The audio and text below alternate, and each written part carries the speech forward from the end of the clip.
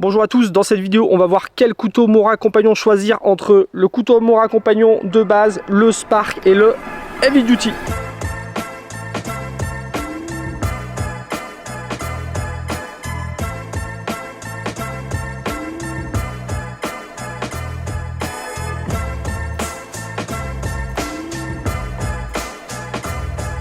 Cette vidéo elle fait suite à d'autres vidéos que j'ai déjà réalisées sur les couteaux Mora. Mora c'est une marque de couteau que j'utilise depuis des années et que j'aime beaucoup. Donc j'ai une playlist qui est consacrée aux couteaux Mora. Allez la voir si ça vous intéresse. Récemment je vous ai fait une vidéo où je compare les couteaux à double émouture de chez Mora. Moi j'adore ces couteaux là. J'ai fait une vidéo aussi sur les différents couteaux plutôt orientés bricolage chantier. Donc allez voir ça si ça vous intéresse. Aujourd'hui on va parler des Mora Compagnon. Voilà, Mora Compagnon, un couteau que beaucoup de gens connaissent parce que c'est vraiment un couteau qui a une très bonne ergonomie, un couteau qui est fiable et un couteau qui coûte pas cher. Donc aujourd'hui pour vous aider à choisir votre couteau Mora Compagnon, j'ai le Mora Compagnon de base avec la lame carbone, j'ai le Spark, donc voilà un Mora Compagnon qui embarque un Firesteel dans son manche, et puis j'ai le Compagnon Heavy Duty, voilà le plus gros couteau Mora Compagnon de la gamme. Donc dans cette vidéo pour vous aider à choisir quel est le Mora Compagnon qui va être le plus adapté à votre situation, ce que je vais commencer par faire, on va en faire une rapide description de ces différents couteaux. On va surtout les comparer pour voir lequel selon moi est le meilleur. On va faire des tests de coupe aussi, donc on va voir pas mal de choses. Pour commencer je voudrais revenir un petit peu sur la gamme Compagnon et sur les trois critères que ces couteaux en fait auront en commun avant de les différencier les uns des autres. C'est les trois critères qui font que personnellement moi j'adore la gamme Compagnon de chez Mora. La première chose que moi j'aime beaucoup, c'est l'étui. L'étui des Compagnons est génial. Voilà, ça va être le même étui sur ces trois couteaux. Voilà, on peut même si on veut interchanger les étuis et les couteaux sans problème. Donc voilà, que ce soit le Compagnon de base, le Compagnon Heavy Duty ou le Spark tiennent dans le même étui sans problème. Alors cet étui il est simple, hein, c'est un étui en plastique mais il est très bien conçu. On a un petit trou en dessous pour laisser s'écouler l'eau, sécher la lame. On va avoir un petit ergot de pouce pour faciliter la prise en main du couteau quand on le porte à la ceinture, et on a cette accroche là qui est top, qui est vraiment polyvalente. Moi c'est pour ça que la plupart du temps quand je pars à l'extérieur ou que je vais bosser, faire ce genre de choses, j'ai besoin d'un couteau fixe, c'est pour ça que souvent que je vais prendre un couteau Compagnon, parce que cet étui là je l'adore. Le petit clip qui permet de le porter à la ceinture, à une poche, le clipper sur un sac à dos pour éviter qu'il tombe, il est vraiment hyper pratique, facile d'utilisation, ça tient très bien en place. On va avoir une petite encoche là pour le poser sur un bouton, sur une parka par exemple, ou une veste, voilà, type militaire, ce genre de choses. Et on va pouvoir y passer un petit cordon si on le portait en tour de cou si on a envie. Donc cet étui là, je l'aime beaucoup.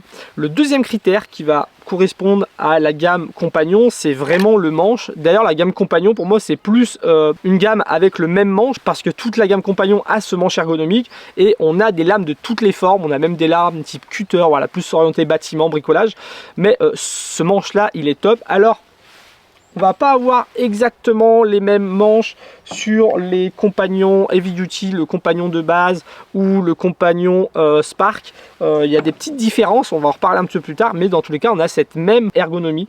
Voilà, c'est un couteau qui va être agréable à utiliser pendant des heures. Franchement on l'a extrêmement bien en main, il est super ergonomique. On va pouvoir le prendre dans plein de positions différentes, le poser contre le genou. Vraiment c'est un couteau qui est top, voilà, pour tailler du bois dans plein de positions différentes. Vraiment c'est hyper ergonomique. En plus sur ce manche on va avoir deux matières, donc du plastique dur en haut et en bas et un plastique un peu plus mou, très agrippant. Voilà, c'est pour ça que beaucoup de gens ne jurent que par ce couteau. Ce couteau là qui coûte pas cher, c'est l'un des couteaux les plus agréables à utiliser du marché. Troisième critère qui fait que la gamme Compagnon est géniale, c'est le rapport qualité-prix. Là on est sur un couteau qui coûte à peu près 15 €. Le Mora Spark qui est peut-être un peu plus cher, mais on va en reparler après, qui coûte une quarantaine d'euros. Le Mora Heavy Duty, un couteau vraiment très solide, pour pas dire indestructible, qui coûte qui va coûter à peu près 25 €. Donc l'étui au top, l'ergonomie du couteau et son prix qui offre un excellent rapport qualité-prix. C'est pour ça que j'aime beaucoup cette marque. Maintenant, ces couteaux-là, ils ont quand même une petite différence et voilà, il faut regarder un petit peu quels sont les différents critères pour pouvoir choisir par rapport à l'utilisation qu'on en a. On va commencer par le couteau Mora Compagnon de base. Donc voilà, là où va y avoir une grosse différence, c'est sur la lame. Donc on est sur une émouture scandinave, on est sur les couteaux Mora, donc une émouture qui va être parfaite pour travailler le bois, forcément, c'est pour ça que c'est conçu. On a une lame ici de 2 mm d'épaisseur et on a une lame en carbone, il existe aussi en inoxydable. Donc le couteau Mora Compagnon de base avec sa lame de 2 mm d'épaisseur, c'est vraiment un couteau qui est bien pour tout faire.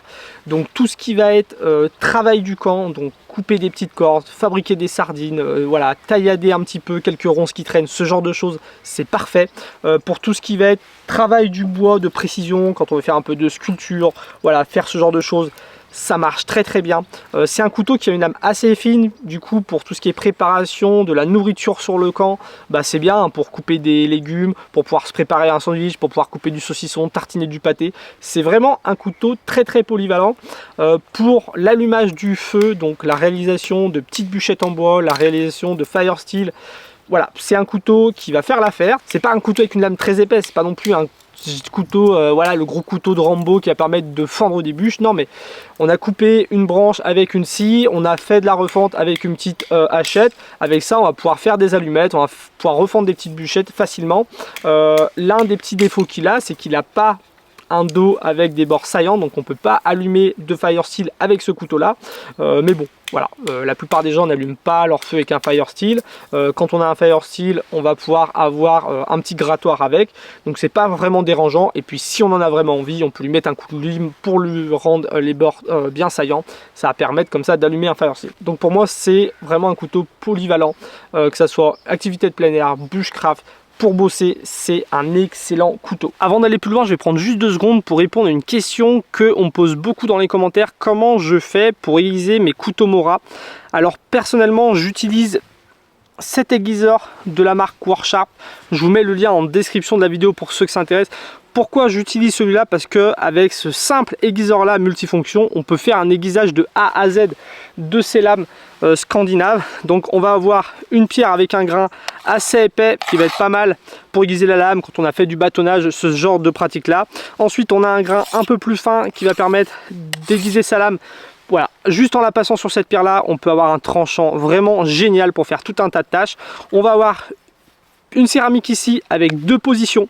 Donc là, si on veut vraiment avoir une lame scandinave avec son couteau Mora qui coupe comme un rasoir, c'est parfait. Et puis en plus de ça, on a un petit cuir ici avec de la pâte à polir qui va vraiment permettre d'avoir un aiguisage au top. Un truc en plus qu'il y a cet aiguiseur là, c'est que les petites plaquettes ici sont amovibles, donc on peut les enlever.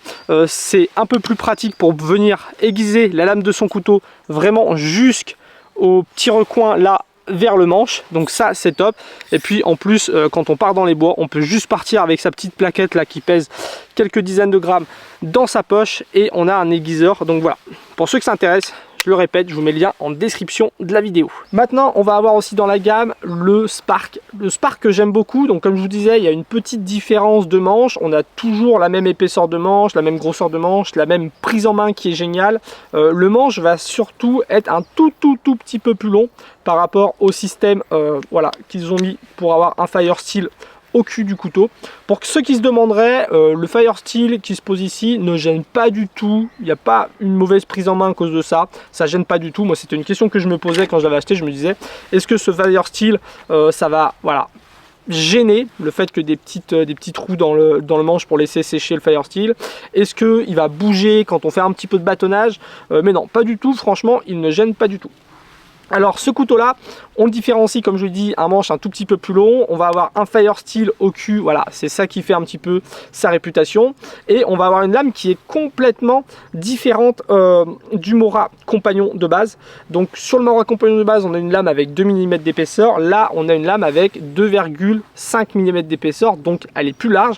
Et aussi c'est une lame qui va avoir des bords saillants, forcément on va avoir besoin de son dos de lame pour faire des étincelles avec son fire steel. Alors c'est un couteau qui, comme le Mora Compagnon, est très polyvalent sur le camp, que ça soit faire des petites sardines, couper des ficelles, voilà, tout ce qui est aménagement du camp, faire un petit peu de nettoyage, couper des ronces, ce genre de choses, c'est largement suffisant comme couteau. Pour tout ce qui est préparation de la cuisine, on a une lame qui fait 2,5 mm, donc voilà, couper des légumes, préparer un petit peu de viande, comme j'ai dit, tartiner du pâté, couper du pain, faire un sandwich, couper du saucisson, ce genre de choses, avec un couteau comme ça, on le fait très bien. Pour le travail du bois, comme le Mora Compagnon de base, c'est un couteau pareil, hein, émouture scandinave, une lame qui est redoutable. Voilà. Pour travailler en précision, pareil, voilà, on va pas refaire un peu le... Je vais pas redire les mêmes choses à chaque fois, mais c'est des lames qui fonctionnent très bien. Là où ce couteau va être peut-être plus intéressant, c'est pour l'allumage de feu. On est sur des couteaux typés survie de chez Mora. Le Fire Steel, c'est pas un objet qu'on va utiliser forcément au quotidien. C'est pour les personnes qui s'intéressent à la survie, voilà, qui veulent préparer un sac d'évacuation, un kit de survie dans la voiture, ou simplement qui font de la pratique de la survie en pleine nature, un type bushcraft. Donc pour l'allumage de feu, c'est un couteau qui est plus épais, donc on va pouvoir fendre de la petite butéchette, faire du petit bâtonnage avec sans se soucier de est-ce qu'on va casser la lame ou pas. C'est un couteau avec un dos de lame avec les bords saillants, donc pour gratter du bois gras et pour allumer son Fire Steel, c'est parfait. Donc le Mora Spark de chez Mora, le plus polyvalent de la gamme, parce qu'on va avoir voilà, une lame un petit peu plus épaisse, on va avoir des bords saillants, on va avoir le Fire Steel. Moi personnellement, c'est ma lame de Mora préférée. Ça serait intéressant qu'il fasse un Mora Compagnon de base avec les bords saillants, une lame de 2,5 mm sans forcément le Fire Steel, parce que du coup le Fire Steel va rajouter un prix au couteau plus élevé et on n'en a pas forcément besoin. Mais cette lame de Mora là, je l'aime beaucoup.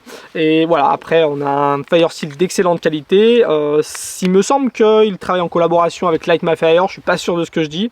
Mais le Fire Steel a l'air un petit peu moins gras que ceux de Light My Fire, il est un petit peu plus sec, on va dire. Voilà, on enlève moins de matière à chaque fois, mais on arrive à faire quand même des belles étincelles. On peut allumer un feu avec ce couteau sans problème. Donc un couteau polyvalent qui est plus orienté forcément bushcraft survie, parce qu'on a ce fameux Fire Steel avec. C'est pas un objet que tout le monde va forcément utiliser au quotidien. Pour ceux qui ne font pas ce genre de pratique là, le Mora Compagnon va largement suffire. On va avoir le Mora Compagnon HD. Donc là, on a un manche qui est un petit peu plus gros, plus épais que le Mora Compagnon de base. Et on va avoir un manche qui aussi est un peu plus long. Donc pour ceux qui auraient des grosses paluches et qui sont gênés peut-être par cette taille de manche là, on peut aller sur le Mora Compagnon HD, voilà, avec un plus gros manche. Et c'est surtout qu'il a un plus gros manche parce que vu que c'est une lame plus costaude, on va en reparler, voilà, on a peut-être besoin d'un peu plus de prise en main pour rajouter de la sécurité pour le bâtonnage par exemple, parce que voilà, c'est ce qui va faire la différence sur ce couteau. Sur le Mora Compagnon de base, on a une lame de 2 mm d'épaisseur, sur le Spark on a une lame de 2,5 mm et là on a une lame de 3,2 mm et on a une lame avec les bords qui sont arrondis. Donc voilà, ça c'est un couteau pour moi qui est pas forcément très intéressant. C'est beaucoup moins polyvalent que le Compagnon par exemple.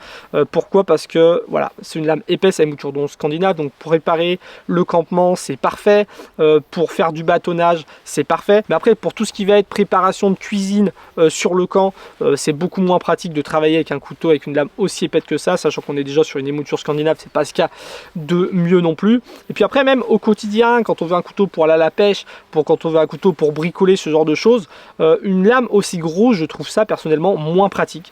Par contre, c'est un couteau avec lequel on va pouvoir bourriner. Moi, typiquement, comment je l'utilise dans un kit feu. C'est mon kit feu taille moyenne que j'ai toujours dans mon fourgon aménagé. Voilà, pour préparer un petit feu de camp, préparer les bûchettes de bois pour le barbecue. J'ai toujours une Pocket Boy de chez Silky.